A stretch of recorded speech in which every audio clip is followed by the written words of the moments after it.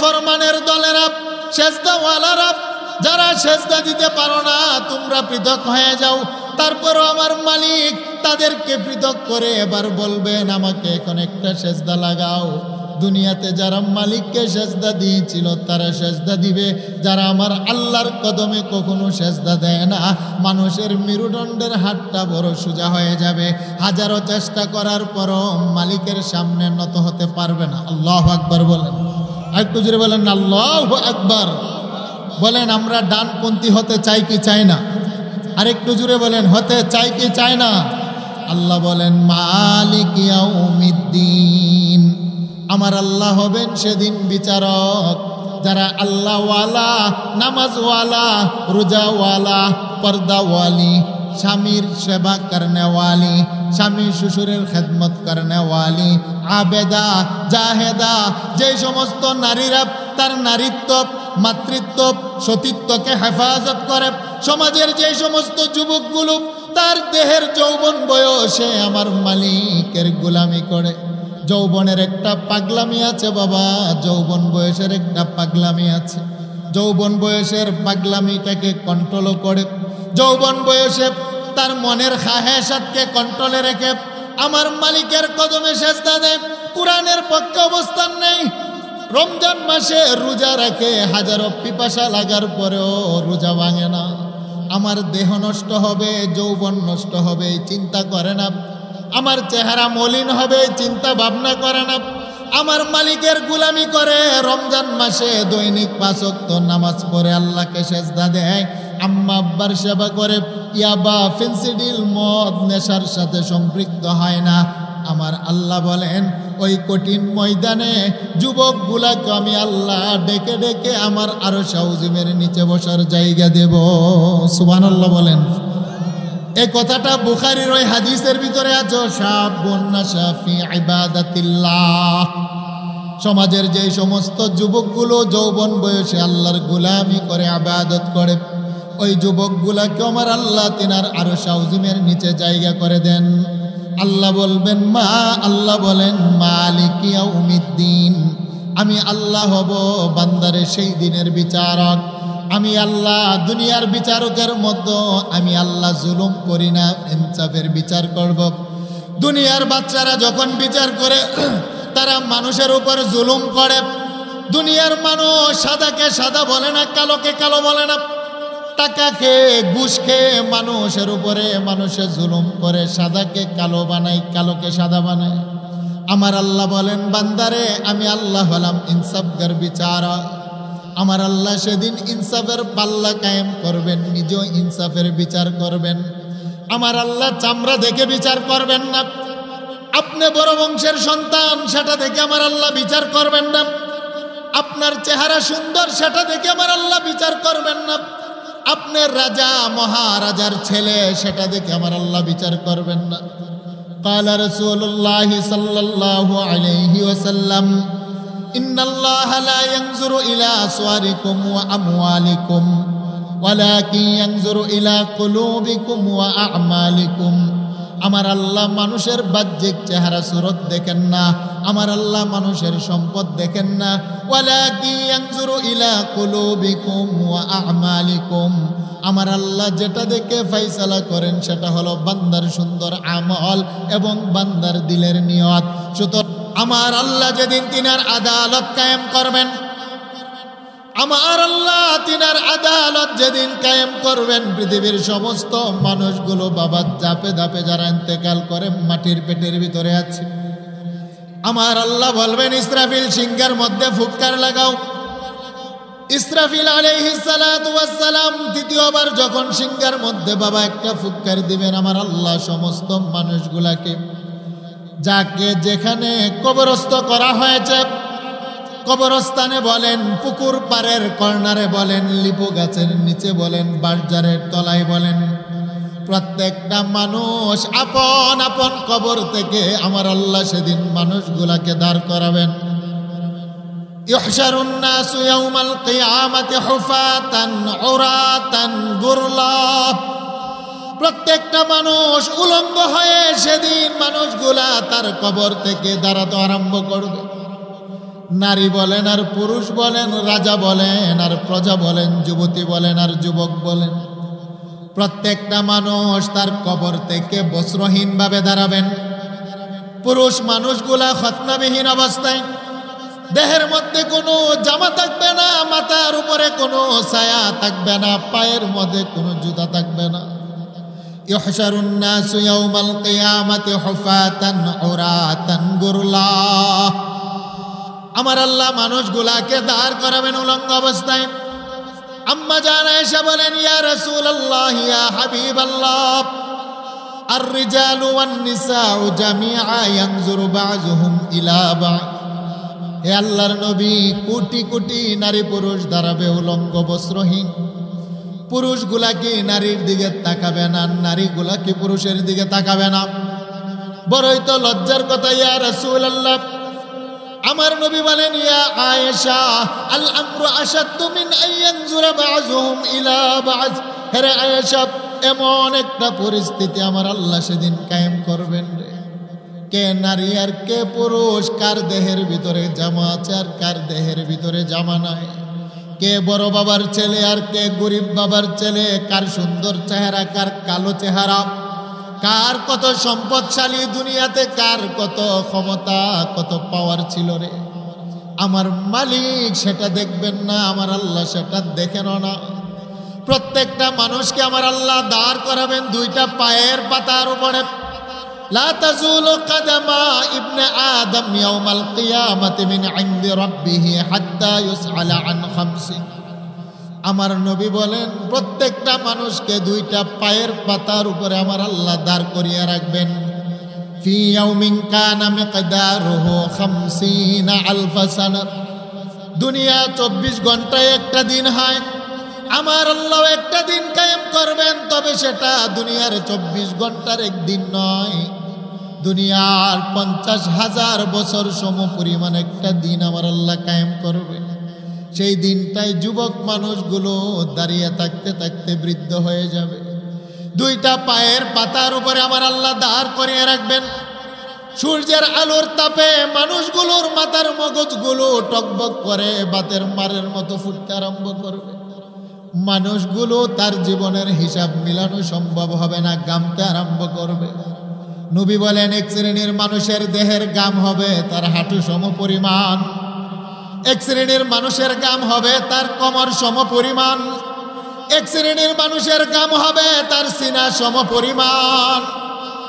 আমার আল্লাহ মানুষগুলাকে দুইটা পায়ের পাতার উপরে দাঁড় করাবেন। মানুষ সামনেও যেতে পারবে না, পিছনেও সরতে পারবে না, ডানেও যেতে পারবে না, বামেও যেতে পারবে না। আল্লাহ বলবেন, গোলাম রে, ওয়ান উমরিহি ফিমা আফনা, তোমাকে আমি আল্লাহ একটা হায়াত দিয়েছিলাম, গোটা জীবনটার হিসাব মিলাও। ওয়ান শাবাবিহি ফিমা আবলা, বান্দারে তোমার হায়াতের ভিতরে একটা সোনালী অধ্যায় ছিল, তোমার যৌবনকাল।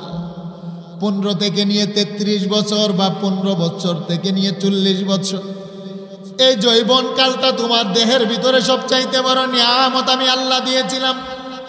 মানুষের দেহের ভিতরে যৌবনকাল হলো মানুষের সোনালী অধ্যায়। আল্লাহ বলেন, গোলাম, তোমার যৌবনকালটা কিভাবে খরচ করেছো সেটার একটা হিসাব মিলাও।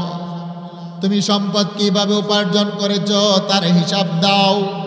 উপার্জিত সম্পদ তুমি কিভাবে ব্যয় করেছো তার হিসাব মিলাও। তুমি যতটুক জানতে বান্দা, কতটুক আমল করেছো, তুমি আমি আল্লাহর সামনে দাঁড়িয়ে হিসাব দাও। আমার নবী বলেন, গুনাহগার পাপাচার মানুষগুলার পক্ষে হিসাব মেলানো সম্ভব নয়। মানুষগুলা কাঁপতে আরম্ভ করবে আর দুইটা হাত উপরের দিকে তুলে বলবে, নাফসি নাফসি নাফসি, মালিক আমাকে বাঁচাও, মালিক আমাকে বাঁচাও, মালিক আমাকে বাঁচাও। প্রত্যেকটা মানুষ নিজের জীবন নিয়ে সেদিন পেরেশানির মধ্যে থাকবে। মা কোথায় সেই খেয়াল থাকবে না, বাবা কোথায় সেই খেয়াল থাকবে না, প্রিয়তমা স্ত্রী কোথায় মানুষের সেই খেয়াল থাকবে না, কলিজার টুকরা সন্তান কোথায় সেই খেয়ালটুকু মানুষের থাকবে না। সাগরের তরঙ্গমালা যেমনি ভাবে সাগর পারে এসে তেতলে পড়ে, মানুষগুলা তেমনি ভাবে হাসরের ময়দানে পঙ্গপালের মতো দৌড়াদৌড়ি করবে, কিন্তু আপনজন কেউ সেদিন তাদের পাশে এসে দাঁড়াবে না। আল্লাহ বলেন মালিক ইয়াউমিদ্দিন, ওই কঠিন ময়দানে একমাত্র বিচারক হব আমি আল্লাহ। আল্লাহু আকবার বলেন। ইয়াকবিদুল্লাহুল আরদা ওয়া ইয়াতবিস সামাআ বিয়ামিনিহি, আমার আল্লাহ 7টা আকাশকে তিনার ডান হাতের উপরে বটে নিবেন। ওয়ায়াতবিল আরদিনা বিশিমালিহি, আমার মালিক 7টা জমিনকে তিনার বাম হাতের মধ্যে উঠাবেন। আমার আল্লাহ সেই দিন একটা ঘোষণা দিবেন, আনাল মালিক। আল্লাহ বলবেন আমি হলাম আজকের দিনের বাদশার বাদশাহ। আইনা মুলুকুদ দুনিয়া, দুনিয়ার রাজা মহারাজা কোথায়, দুনিয়ার রাজা বাদশা কোথায়? আইনা নমরুদ, নমরুদ নামক বাদশা কোথায়? দুনিয়ার ক্ষমতা পাওয়ার কারণে আমার পয়গম্বর ইব্রাহিম খলিলুল্লাহর হাত পা বেঁধে যে আগুনের মধ্যে ফেলেছিলে, আজকে আমার সামনে দাঁড়াও। আইনা ফেরাউন, ফেরাউন কোথায়? যিনি মিশরের রাজত্ব পাওয়ার কারণে মুসা আলাইহিস সালাতু ওয়াস সালামকে মিশর থেকে বের করে দিয়েছিলেন। আবু জাহেল, আবু লাহাব, উতবা, সাইবা কোথায়? যে কামলাওয়ালা নবীর দেহের ভিতরে মশা মাছি বসা আমার আল্লাহ হারাম করেছিলেন। আমার আল্লাহ বলবেন আবু জাহেল, আবু লাহাব কোথায় রে? আমার বন্ধুর উপরে সেদিন পাথর নিক্ষেপ করে শরীর থেকে রক্ত রঞ্জিত করেছিলেন। আমার আল্লাহ ডাকবেন আইনাল জাব্বারুন ওয়া আইনাল মুতাকাব্বিরুন, দুনিয়ার প্রতাপশালীরা কোথায়? দুনিয়ার অহংকারীরা কোথায়? দুনিয়ার মন্ত্রী, মিনিস্টার, এমপি, বড় বড় রাজত্বের মালিকেরা কোথায়? আইনাল জাব্বারুন ওয়া আইনাল মুতাকাব্বিরুন, যারা ক্ষমতা পাওয়ার কারণে মানুষের উপরে জুলুম করে, যারা চেয়ারের পাওয়ার কারণে মানুষের উপর জুলুম করে, যারা ডিগ্রির কারণে মানুষের উপরে জুলুম করে, যারা চেহারার কারণে মানুষের উপরে অহংকার করে, টাকা পয়সার কারণে যারা সমাজের গরিব মানুষগুলার সামনে অহংকার প্রদর্শন করে, যে সমস্ত মানুষগুলা বড় বংশে জন্ম হওয়ার কারণে ছোট বংশের মানুষের উপরে অহংকার করে, জুলুম করে, আল্লাহ ডাকবেন আইনাল জাব্বারুন ওয়া আইনাল মুতাকাব্বিরুন, কোথায় দুনিয়ার প্রতাপশালীরা, কোথায় দুনিয়ার অহংকারীরা? আজকে আমার সামনে দাঁড়াও, আমি আল্লাহ তোমাদেরকে দেখতে চাই। আল্লাহু আকবার বলেন। বলেন দুনিয়াতে যারা অহংকার করে সেদিন আমার আল্লাহর সামনে চোখ মুখ চেহারা দেখানোর মতো সাহস রাখে? আরেকটু জুড়ে বলেন রাখে? আমাদের সমাজে এমন অহংকারী আছে নাকি? আগে অল্প টাকার মালিক ছিল, এখন হাতে কিছু টাকা বাজার কারণে আপন চাচাতো ভাইকে এখন নজরে লাগে না। কি বলেন আছে না নাই? চেহারার চামড়া একটু সাদা, কালো চামড়ার মানুষটাকে পাশে বসতে দেয় না। আগে ছিল টিনের ঘর, এখন 2তলা বিল্ডিং। এখন সমাজের মানুষগুলাকে তার নজরেই লাগে না। অল্প কিছু লেখাপড়া করেছে, সমাজের সাধারণ মানুষগুলার সামনে দিয়ে সিনা ফুলিয়ে হাঁটে, এরকম আছে না নাই? সালাম দিলে সালাম নিতে চায় না, সালামের জবাব দিল মাথা নাড়িয়ে দেয়, জবান দিয়ে দেয় না। কি বলেন আছেনি? আছেনি? এইরকম যারা অহংকার করে, অহংকারীগুলাকে আমার আল্লাহ সেদিন ডাকবেন, কারণ অহংকার হচ্ছে আমার মালিকের চাদর। সেই জন্য আমার আল্লাহর জন্য অহংকার মানায়, আল্লাহর জন্য অহংকার সাজায়। পৃথিবীর কোনো মানুষের জন্য তাকাব্বর আর অহংকার সাজে না। বলেন ঠিক না বেঠিক? যারা দুনিয়ার মধ্যে টাকার কারণে অহংকার করে, ক্ষমতার কারণে যারা অহংকার প্রদর্শন করে, চেহারা সুরত আর বংশের কারণে যারা অহংকার দেখায়, আমার আল্লাহ সেদিন লাল পিপিলিকার আকৃতি দিয়ে তাদেরকে হাসরের ময়দানে দাঁড় করাবেন, আর জাহান্নামীদের পায়ের নিচে ফেলে আমার আল্লাহ তাদেরকে পদদলিত করবেন। বলেন কথাটা কার? সেই জন্য অহংকার করা যাবে? আল্লাহ ডাকবেন আইনাল জাব্বারুনা ওয়া আইনাল মুতাকাব্বিরুন, কোথায় দুনিয়ার অহংকারীরা, কোথায় দুনিয়ার প্রতাপশালীরা? আমার নবী বলেন দুনিয়ার রাজা মহারাজা দুনিয়া বাদশাগুলো সেদিন আমার আল্লাহর সামনে দাঁড়ানোর মতো চেহারা থাকবে না, ক্ষমতা পাবে না। আমার আল্লাহ একটা ঘোষণা দিবেন, আমতাজুল ইয়াউমা আইয়ুহাল মুজরিমুন। আল্লাহ বলবেন নাফরমানীরা, আজকে তোমরা পৃথক হয়ে যাও, নামাজি থেকে বেনামাজিগুলা পৃথক হয়ে যাও, রোজাদার থেকে বেরোজদার মানুষগুলা পৃথক হয়ে যাও। যে সমস্ত মানুষগুলা কপাল দিয়ে আমাকে সেজদা দিতে রে দুনিয়াতে, আল্লাহ বলবেন কপালওয়ালা সেজদাওয়ালা মানুষগুলা আজকে ডান পাশে দাঁড়িয়ে যাও, তোমাদের ইমাম হলো মুহাম্মদুর রাসূলুল্লাহ সাল্লাল্লাহু আলাইহি ওয়াসাল্লাম। আর যারা আমি আল্লাহর দেওয়া কপাল দিয়ে কোনোদিন আমাকে সেজদা দাও নাই, আমার দেওয়া জবান পাওয়ার পরও যেই মানুষটা আমাকে ডাকতে পারো নাই, আমার দেওয়া কলব পাওয়ার পরও যার কলবে আমি মালিককে জায়গা দিতে পারো নাই, আমার দেওয়া চোখের ভিতরে পানি দেওয়ার কারণেও মালিকের মহাব্বতে 2 ফোঁটা পানি ফেলতে পারো নাই, আল্লাহ বলবেন গোলাম তুমি বাম পাশে দাঁড়িয়ে দাও, তোমাদের সর্দার আর নেতা হলো আবু জাহেল, আবু লাহাব, উতবা, শাইবা, তোমাদের জন্য বানাইলাম 7টি বাড়ি, সাইর, লাজা, হুতামা, জাহিম, হাবিয়া। আর যারা ডান পাশে যাবে, যাদের কপাল দিয়ে সকালবেলা সেজদায় পরে আমার মালিককে মায়ার সুরে একটা ডাক দিতেন সুবহানা রব্বিয়াল আ'লা, একটা ডাক দেন না, ডাক দেন সুবহানা রব্বিয়াল আ'লা, সুবহানা রব্বিয়াল আ'লা, সুবহানা রব্বিয়াল আ'লা। মালিক তুমি পাক, তুমি পাক, তুমি পাক, আমি না পাক, আমি না পাক, আমি না পাক, আমার হাত না পাক, আমার জবান না পাক, আমার কলব না পাক, আমার দেহ না পাক, সুবহান তুমি পবিত্র, তুমি পাক, আল্লাহু আকবার, আল্লাহ তুমি বড়, তুমি বড়, তুমি বড়, আমি ছোট, আমি গোলাম, আমার মা গোলাম, আমার বাবা গোলাম, আমি ছোট, আমি ছোট, তুমি বড়, তুমি বড়। যেই মানুষটা আমার মালিককে দৈনিক 5 বার সেজদা দিয়া দিয়া আমার আল্লাহকে পবিত্র বলে বলে জপেছিল আর ডাক দিয়েছিল, আল্লাহ বলবেন গোলাম রে আজকের দিনে তোর কোনো ভয় নাই, তোর কোনো টেনশন নাই।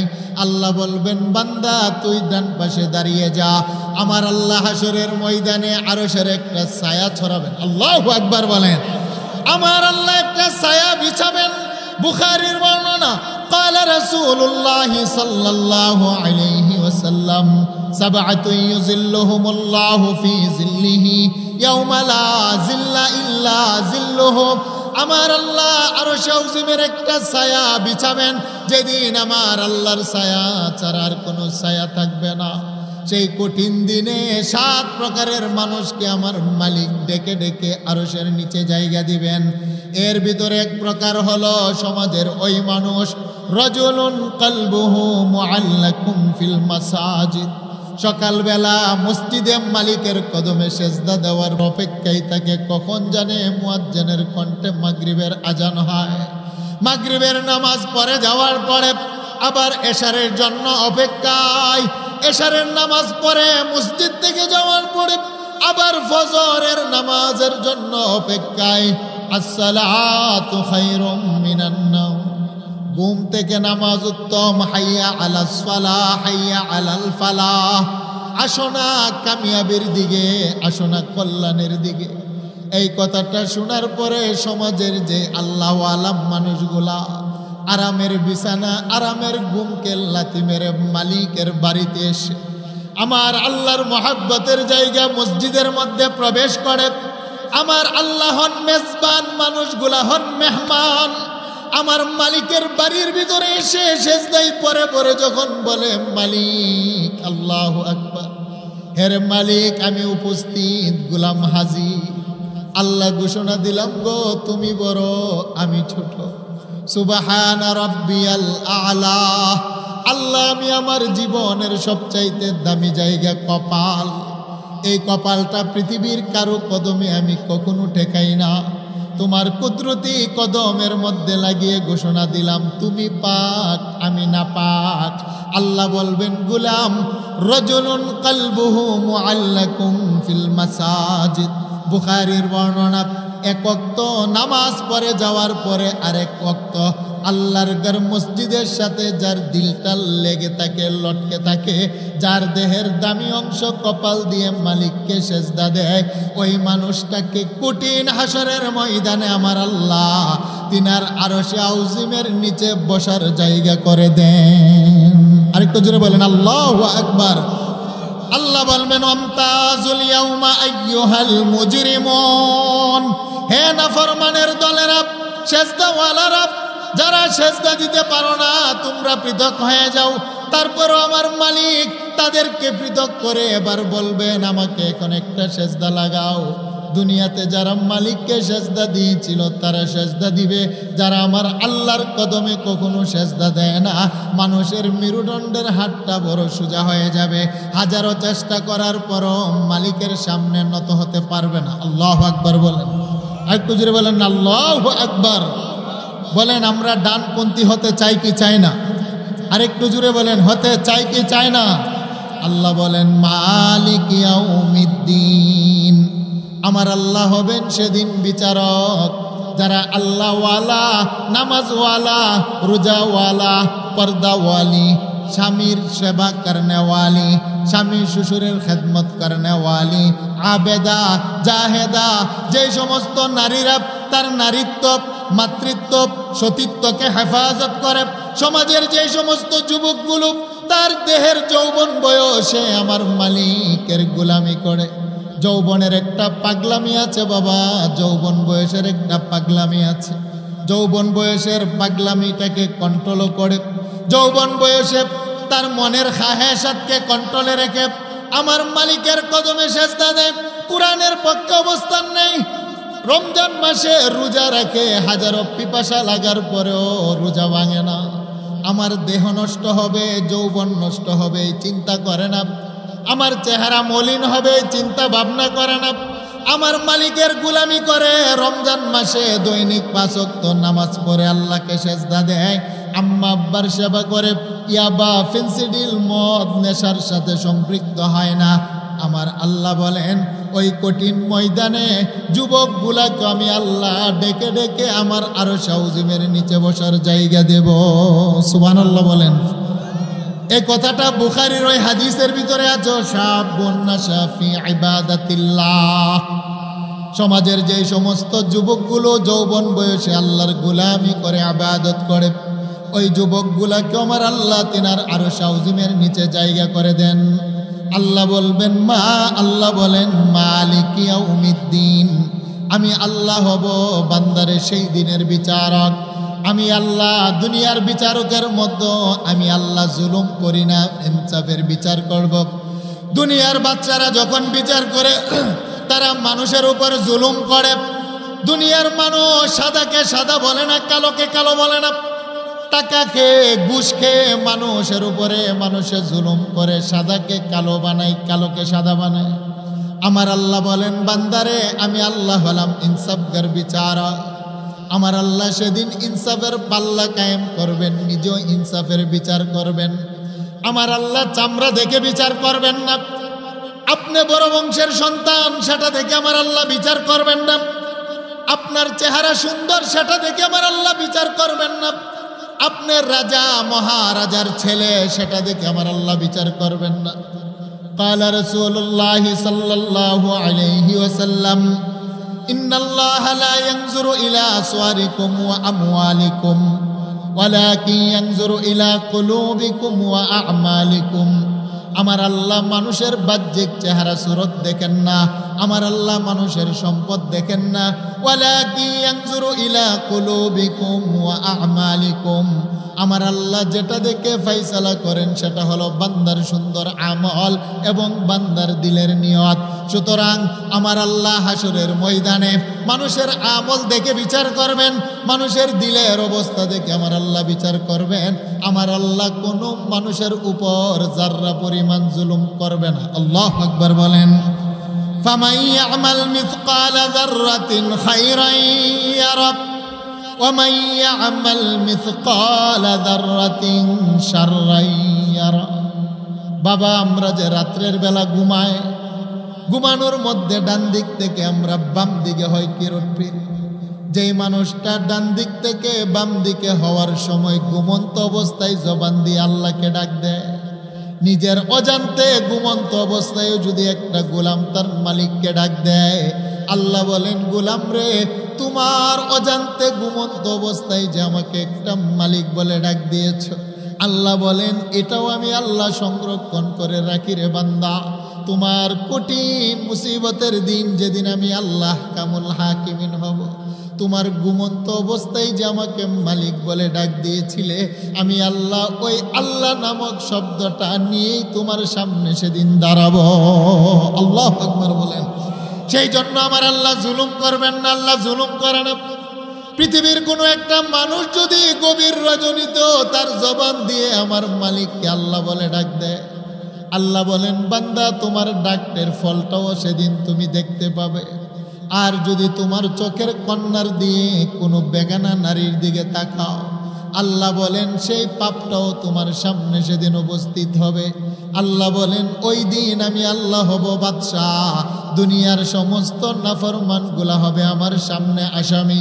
না না, পালাতে পারবে না। পৃথিবীর চতুর্দিকে কোটি কোটি ফেরেশতাকে আমার আল্লাহ দাঁড় করাবেন। পৃথিবীর সাগর, মহাসাগর, পাহাড় পর্বত, নদী নালা সবগুলোকে আমার আল্লাহ শুকিয়ে ফেলবেন।